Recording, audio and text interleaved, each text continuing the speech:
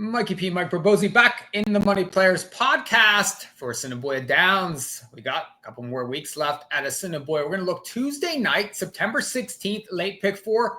New guy here, but not new to me. Good friend of mine, Mr. Rick Tangeman. And he's been doing some picks for us for Prairie Meadows this year, but he follows the Assiniboia Downs, and I wanted to get him in for his Virgin podcast. So Rick's breaking the maiden here on ASD. Rick, welcome in.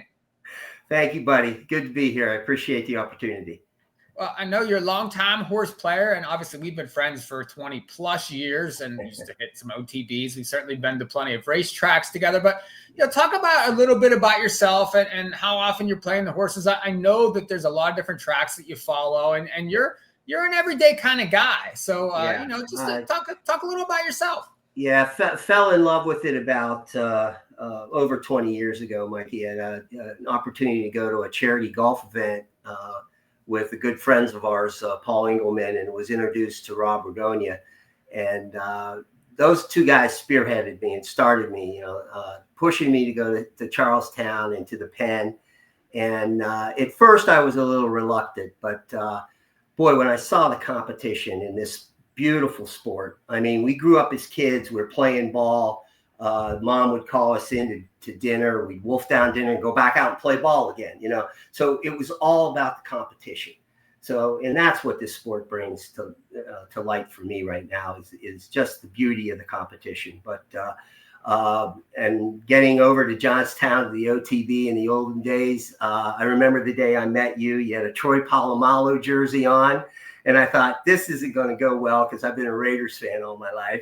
But the bannering started then, and it hasn't ceased. And it's just been a joy. I like the New York circuit, play a lot with Gulfstream Park. And obviously the opportunity I had just recently with Prairie Meadows and that track and just the value that's up there. And I think we have the same with this track this evening. There's so much value that's involved here. You just got to dig it out of the PPs. You got to, dig the dirt out of the PPs and find what's going to work. But just love the sport, fell in love with it. And, whatever money's left over on the weekends, I'm looking at parks on Monday morning. And now with Assiniboia here now, it's just, this is just a really fun racetrack. Well, I know that you've been jumping in, and I know you're familiar with the podcast. You definitely are watching all those on the weekly basis. And the ASD, you talk about it, how the handle there has been fantastic. You get those Monday, Tuesday, Wednesday nights. So they got Monday this week, last Monday of the meet. We're recording this Monday night. So this will be up. People who are watching, they can check that out. But Tuesdays and Wednesdays, 8:30 Eastern. But those dollar pick fours, the pools have been unbelievable, well over 100,000. I know they're guaranteed at 50. But, Rick, you like that dollar minimum for the pick four? Are you a guy that wants those higher minimums? Yeah, I mean, I don't mind it. Obviously, that you're going to have to narrow some things down. And I think it sort of forces you to, make sure on the PPs you're picking the horses that are going to make the win for you. But this track is just so much fun. I don't know if it's Kurt Conteas and his tremendous ability with his animated race calling. It just sucks you in. And the race riding there is aggressive and a lot of fun. But I do not mind the dollar pick four, and looking forward to this one for tomorrow evening. Yeah, it's a good sequence here, and we're going to start race 4 for Tuesday night, September the 16th, 9:50 Eastern, 7 races at Assiniboia on a Tuesday night. And Rick, we got a pretty nice condition allowance race to kick it off. They're going 7 furlongs here, and these are horses, a couple of them are running back rather quickly, especially probably the favorite here, Damn the Torpedoes, raced last week, ended up 3rd in a pretty nice similar spot. You like him, or are you going to go elsewhere to kick it off? Yeah, actually, Mike, I'm going to go 3 deep in here. And I would start off with the 5, Bound for Heaven, second off the claim, just a solid win last time out. I have a little bit of a concern that she hasn't ran the distance, but I think the numbers here make her a player. And I'll also throw in Betty Joe, very similar situation, second off the claim with a win last out at the distance.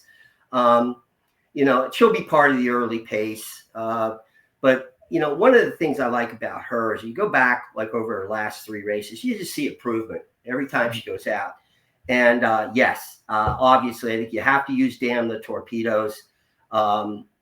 Just same situation. Just go back and look at her numbers, and she just continues to improve. She's, the win 2 back was great. Also has obviously won at the distance in the past. And I'm 3 deep in here with the 5, 6, and the 7. Yeah, I understand those 3. Damn the Torpedoes is a little bit tough for me. I mean, to come back off a week like that, and I realized that the meet's coming to an end. She only has 5 starts so far this year. So but they've been pretty, stacked together here recently within these past few weeks. So I don't know how she pulled that one out of the fire on August 20th. I mean, really, Kate's Princess had gotten away in that race, but she just kept coming and found a way to win. And then, sum it up, I thought had raced better the race prior to last week and ended up getting the win there. This horse was 15-1 in that spot. She won't be 15-1 in this race, but no. I do think the 5 and the 6 are better bets here. Just the 6 Betty Joe is the one that I favor here because you get Whitehall off the claim. You can see the horse, does like the distance. I do like that race last time, and I think stepping into this spot is really a good one for this horse. Is perfect in the money over this racetrack. 5 starts, 5 times in the money with 2 of those being wins. And I just think that she gets the right trip in here. I really like Whitehall too. I think, he's right now, he's the top rider and he has been for several seasons. He is very good. He's blowing it up. Yeah. If he's on, you're definitely moving in the right direction. Yeah, and the 5 gets Lasix in. Typically, I don't like to see horses get Lasix off a win, but it's a 3-year-old filly, and you get a barn change here. This is a spot that she's protected in here off the claim. So there's things to like with this horse. Also, I think it's the 5 and the 6. Now the 7 could win here, but I'm going to try to just go. I think 5, 6 to kick off this pick 4 here on Tuesday. Yeah, I think a little later on the card, I have the same kind of thought process, Mike, but I'm with you. I'm with you, Mikey.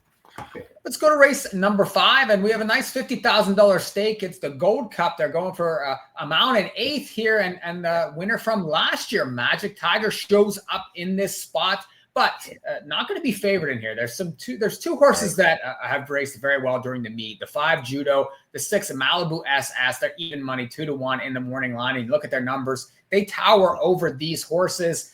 Rick, do you think it's Judo? Do you think it's Malibu SS, or are you going to try to maybe upset them? No, I'm going to take both of them in here, Mike. I went back and looked at that race on August the 26th, the already Dow, and man, they were putting it down. These 2 just ran their heart out. And I think at one point, if I'm not mistaken, at the top of the stretch, when they did break away, they were 10 lengths ahead of the rest of the field. I mean, they're just throwing it down. So I just look at these 2 horses being extremely consistent. Judo, very consistent, very talented. 6 out of last 7 races he's won. You got Steve Kaplan Jr., the leading jock there, the leading trainer, and 7 Ballerup, basically 3rd in the jockey standings on. So they'll both be setting the early pace. Malibu SS, obviously Malibu Moon. I'm just going 2 in here, but I did have a question for you because I thought if these 2 throw it down, who could close? Is there anybody in here that you think could close? And I wanted your thoughts on Mr. Jaws because he looked like maybe he could get there, but I'm just going to, like I said, I'm too deep with Juno and Malibu SS here. What's interesting about Mr. Jaws is I think he's going to be involved in the pace, right? I mean, he wants to be up close. The last 2 races, he's been up close.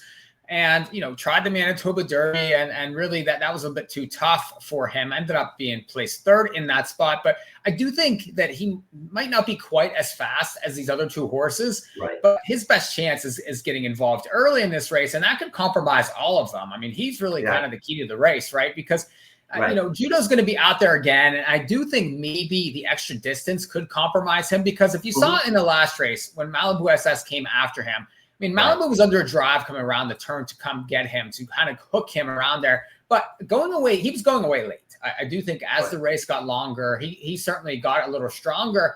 in there. So I do favor him in here. I think of the two, I want Malibu SS just because of the extension and distance. But with that pace in this race, I would like to back up with Magic Tiger because he wants that mile and eighth. I mean, he loves this race, especially this mile and eighth distance. He doesn't win very much, but in this spot, going that mile and eighth, he's going to be able to close that gap, I think, versus these top two because he was right behind them last time. I know it was, he was beaten quite a bit. But that extra distance and the extra pace in this race, especially with Mr. Jaws in here, could shake things up. And there's other speed in here too. I mean, the 7 has a little bit of speed. You got Whitehall there.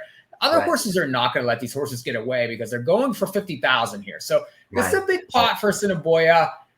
So I prefer Malibu SS. I hear you on Mr. Jaws. He's sort of interesting because of where he's drawn and the fact that he's a 3-year-old and he's improving. I'm going to try to beat Judo in this race, and I will back up with Magic Tiger because I think he's 15-1 morning line. He'll play very well in multis if he can find a way to get there late. Right. Well, again, I'm too deep in here, but like I said, I was eyeballing Mr. Jaws, but I think I just look at these figures that these two horses are running, and I just think they're the best. Yeah, I could see it very easily. Let's go to race number 6, and it's a little bit of a different level of horse. You have nickel claimers here, 2 lives, 6 furlongs. And Rick, I think I'm going to key the 7, better make that 2. It's 2-1 morning line.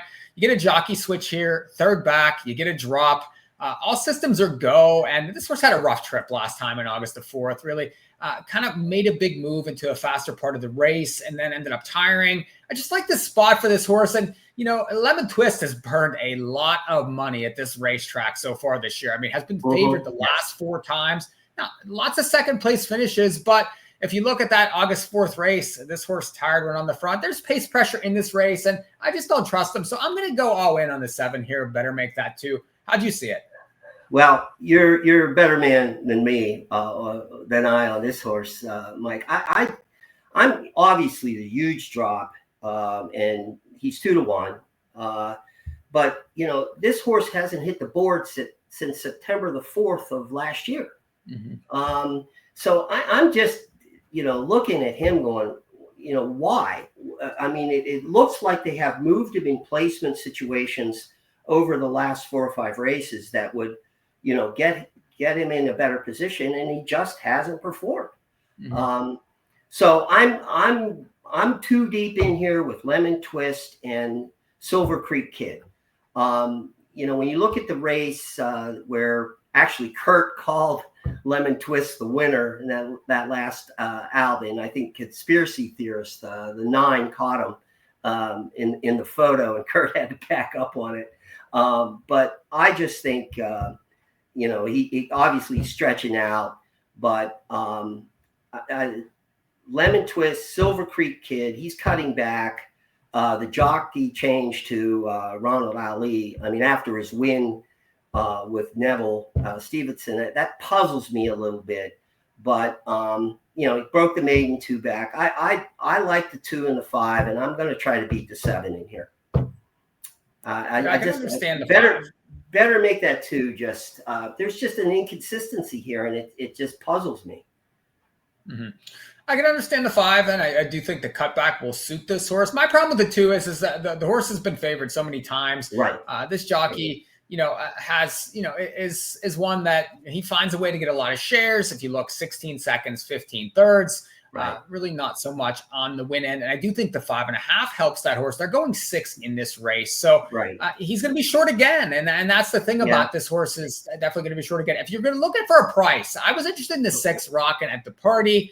20-1 morning line, and missed time. If you looked, this horse came off the bench, showed up at this racetrack, and I thought raced pretty well. Showed speed versus Lemon Twist last time and got tired. You get the apprentice jock that's riding very well here. The Chippewa Downs races showed speed going 4.5. So this horse has speed.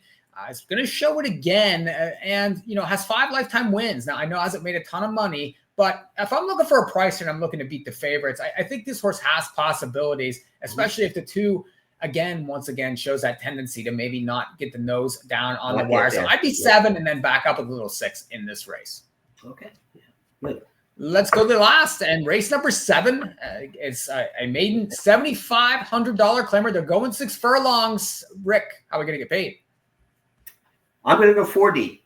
We're going to start off with the 6, Do Not Drop. I think you throw out the last race. He was just pressing. And the second and third back, he gets the place money. And I just think he's a factor. He's going to be stalking, and I see him there at the end. The 5, Rocky Top Mischief, dropping, throw out his last. Going to be part of the early pace, and I think Neville's going to know when to move him. So I like him, and I can't pass up the 4, Mike. This first time starter, Canadian Lights. When you look at those bullet works, I just don't want him beating me. So I'm throwing him in here, and then for a price, Mo Mambo, the number 9 horse. I think this horse can pick things up late, and I know that pops the ticket a little higher than what I would probably normally look at, but I think that out of those 4, we're going to get the winner. Yeah, I agree with you.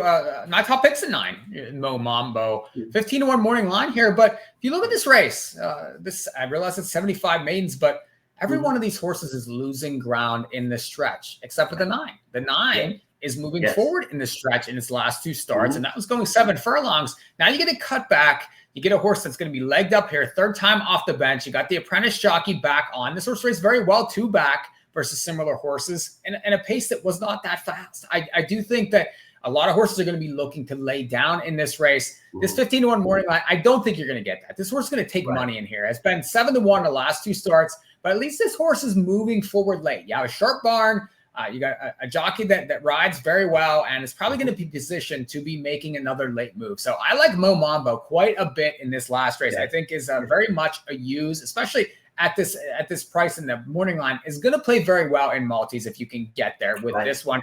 I think Do Not can win. I don't know what to do with him. I mean, I thought that race on August the 12th was okay. He was basically head and head the entire way around the track with Brainiac and ended up getting nose on the wire. And then the races since then have just been okay, right? I mean, that was a tough spot on August 20th, and still ended up second in there. It's Jerry Gourneau, and this chicken this came back last week. This guy hasn't raced since 2022 and is starting to get back in. He's getting some solid mounts. Had a 2nd place finish last week. So I do think that this horse is well meant and certainly could beat these horses.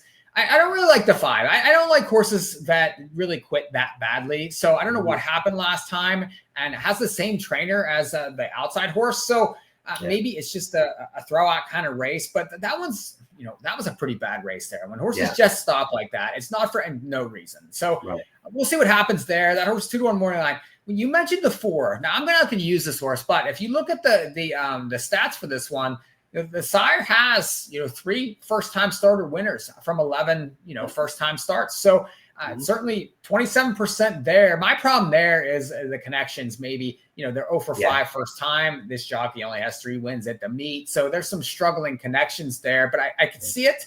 And the only other horse I could maybe use in the race is the 8, Mama's Edition. Now it's a 2nd-time starter, 40-1 in the program, but showed speed first time. And if you look at the comment, this horse broke first time out, and then ultimately got tired. So this one broke on top. Now, you get a different bunch here, and it's a 2nd-time starter in a race that horses are losing ground like crazy in the stretch. So, there are worse stabs in here, but I'd be heavy 9. I think I'd back up with a little 6 and 8 to finish. Well, Rick, your ticket, you mentioned, I think you have it around $48 for $1 here. You want to recap it here just for everybody real quick? Sure, will do. Yes, Mike, you're absolutely right. A $48 ticket, $1 late pick 3. The first leg, race 4, is 5, 6, 7. The second leg, race 5, would be 5 and 6. The third race, the third level is 2 and 5. And the last leg, race 7, is 4, 5, 6, and 9. And 3 by 2 by 2 by 4 is $48. So Assiniboia Downs Tuesday night, late pick 4, hopefully big pool, nice dollar minimum there. And hopefully, Rick, hey, it's your first podcast. Hopefully you had fun. Hopefully we can give us a winner. Give us a little beginner's podcast luck for us there on Tuesday. I love it. Let's get home some winners, Mikey. Thanks so much. This has been a production of In the Money Media. A couple more weeks left in Assiniboia. Maybe we'll see Rick again. He did so well. We might bring him back. Thanks, Rick. Appreciate you. We'll talk to you guys next time. You got it, buddy. Thank you.